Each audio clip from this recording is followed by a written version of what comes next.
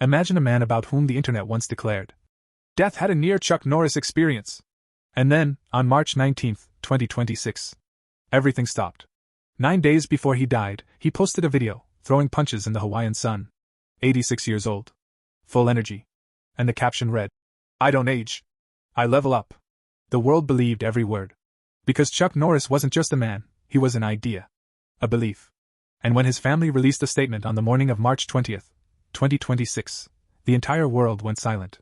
But here's the real question: how does a boy born into poverty, raised by an alcoholic father, invisible in school, with nothing and no one, become a legend? Today, we tell the story Hollywood never told. The one behind the memes. The one the cameras never caught. March 10, 1940. Ryan, Oklahoma. A town so small it barely showed up on the map of a country still shaking off the Great Depression. Here, a boy was born, Carlos Ray Norris. No celebrations. No fanfare. Just another child born into suffocating poverty. His father, Ray Norris, worked whatever he could: truck driver, bus driver, mechanic. But there was one thing he did more consistently than any of those jobs: he drank. Every day. Without fail. And what happened behind closed doors wasn't the kind of violence you see on movie screens. It was quieter. Broken promises. Unpaid bills. The shame that follows a boy to school when his father is the town drunk. Carlos was invisible at school. No friends. No sports. No identity. Just a boy who existed. His mother, Wilma, was the complete opposite. Steady. Devout. Fiercely protective.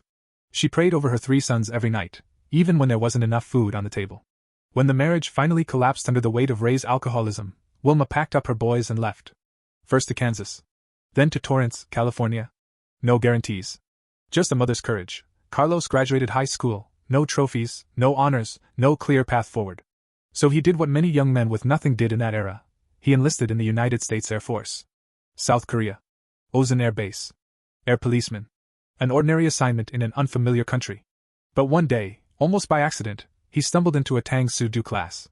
And something clicked. For the first time in his life. No shortcuts here. No personality tricks. Just discipline, pain, and the willingness to come back. One more time. And one more time after that. The boy who had spent his entire life feeling powerless was now learning something where power came only through sustained effort. Before his deployment ended in 1962, he had earned his black belt. And he brought back a new identity: Chuck Norris. A nickname from Korea. Shorter, rougher. Just like the man he was becoming. Back in Torrance, he opened a small karate studio. Then another. Then another. At his peak, more than 30 studios across California. And then the famous started showing up. Steve McQueen. Priscilla Presley. Bob Barker. Donnie and Marie Osmond. McQueen, a man famously allergic to anything phony, trained seriously under Chuck. And he was among the first to say out loud, "This man belongs on a screen." But before the screen came the mat. And on the mat, Chuck Norris was building something extraordinary. He competed professionally in the early 1960s. He lost. Repeatedly. Then he analyzed. Then he came back. From 1968 to 1974, 6 consecutive professional middleweight karate championships. 6 in a row. In 1969, karate's Triple Crown. Fighter of the Year. Age 29. Then a phone call came. From Bruce Lee. They had crossed paths before. Trained together. Become genuine friends, 2 men who recognized something rare in each other. For the 1972 film The Way of the Dragon, Bruce cast Chuck as the villain. The final fight inside Rome's Colosseum became one of the most iconic sequences in martial arts film history. At 32 years old, Carlos Ray Norris stepped in front of the world. That invisible boy was now impossible to ignore. Hollywood wasn't waiting for him. The industry ran on relationships, agents, parties, and decades of accumulated social currency. Chuck had none of that. What he had was a face the camera respected. First leading role, 1976, Breaker Breaker. Salary, $10,000. Critical reception, silence. But audiences watched, and felt something. This man doesn't flinch. Then one after another, Good Guys Wear Black, $40,000 A Force of One, $125,000 An Eye for an Eye, $250,000. Not star numbers. But a man building, brick by brick, the same patient way he had built his championships. Then came Cannon Films. Menahem Golan and Yorm Globus, Israeli cousins making fast, loud, unapologetically commercial action films. And they understood something most of Hollywood was too refined to admit. Working-class America wanted a hero who was straight, righteous, and ultimately victorious. Chuck Norris was born for that space. Lone Wolf McQuade, 1983, still considered his finest pure action film. Missing in Action, 1984, turned Vietnam POW grief into pure cinematic catharsis. Code of Silence, 1985, even critics praised it. Delta Force, 1986, motorcycle, rocket launchers, problem solved. By the mid-1980s, Chuck Norris stood alongside Stallone and Schwarzenegger as one of the top-grossing action stars on Earth. The difference: Stallone played pathos. Schwarzenegger embraced self-parody. Chuck never winked at the camera. Not once. Critics called it limited range. Audiences called it integrity. The box office sided with the audience. By the early 1990s, the tide was shifting. Canon films collapsed. Big budgets moved towards sci-fi. Hollywood's door was narrowing. Chuck walked through television instead. April 1993. CBS. Walker, Texas Ranger. Cordell Walker, half Cherokee, fiercely moral, working a Dallas that never ran out of criminals. Critics ignored it. Audiences loved it. 8 seasons. 203 episodes. 1993 to 2001. Tens of millions of American homes, Saturday nights, watching Walker deliver justice. Chuck wasn't just the lead actor. He was also a producer. The show's tone, ethics, and identity were his. By the final seasons, his salary, $375,000 per episode. 203 episodes. From acting alone, over $30 million. But the real number: the show generated $692 million in total revenue, through its original run, syndication, international licensing, and streaming. And Chuck's contract included a 23% profit participation clause. In 2018, he filed a lawsuit against CBS, alleging the network had deliberately structured its deals to prevent his clause from triggering. 5 years of legal battle. July 2023, settlement reached. Terms undisclosed. But the fact that CBS settled said everything. He did what he always did, refused to accept the first verdict. Stood up. Fought. At the time of his death, Chuck Norris's estimated net worth, $70 million. No inheritance. No connections. No shortcuts. 6 decades of relentless, disciplined work, starting from nothing. Films, $500 million plus in worldwide revenue. His cameo in The Expendables 2 alone earned $1.5 million. The audience roared when he appeared. Business ventures, Seaforce Water, artisan water from a natural aquifer beneath his Texas ranch, roundhouse provisions, supplements and emergency preparedness products, Lone Wolf Ranch Pets, premium pet nutrition from ranch-raised ingredients, United Fighting Arts Federation, founded in 1979, still operating today. Real estate, the Navasota Ranch in Texas.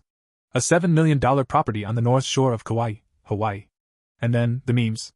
Death once had a near Chuck Norris experience. Chuck Norris doesn't read books. He stares them down until they give him the information. Chuck Norris can divide by 0. Ridiculous. And also, paradoxically, a form of genuine reverence. An entire generation processing through humor what they could never quite say directly. This man is something. He received them with grace. And occasionally played along. Behind the legend, there was something the cameras could never capture. His faith. Born from Wilma's prayers over 3 boys in a house that couldn't always afford dinner. Deepened through decades of failure and loss. Never a PR move. It was structural. The foundation of everything. In 1990, he founded Kickstart Kids, originally called Kick Drugs Out of America. By the end of his life, over 100,000 young people reached through free martial arts and character education. It wasn't a tax strategy. It was a man who knew what discipline had saved him from, and wanted to pass it forward, without charge, to children standing where he once stood. Then came the moment that reminded the world that even legends are human. In 2012, Gina, Chuck's wife, became gravely ill following an MRI procedure. The reaction was so severe that doctors lost hope. Chuck left Hollywood. Left the sets. Left the cameras. And sat beside her in a hospital, for 5 months. Reading her books. One after another. The man the world said never bends, bent completely. For love. Gina survived. And Chuck filed a lawsuit against the company that made the MRI contrast agent. They settled for $10 million. In his final years, Chuck lost people that couldn't be replaced. In 2024, his mother Wilma passed away. The woman who had prayed over him in poverty. Who had driven her boys towards something better with no guarantee it existed. The first person who ever believed in him, without evidence, without condition. In December 2025, Diane Holacek passed away, his first wife. The woman who married Carlos Ray Norris in 1958. Before the championships. Before Bruce Lee. Before Hollywood knew he existed. 2 losses. Within months. Both women woven into the deepest roots of his life. And yet, March 10, 2026, his 86th birthday. Kauai, Hawaii. Morning sunlight. Workout clothes. Punches. A grin. I don't age. I level up. The video was shared hundreds of thousands of times. The memes flooded the comments. An 86-year-old man still generating genuine delight.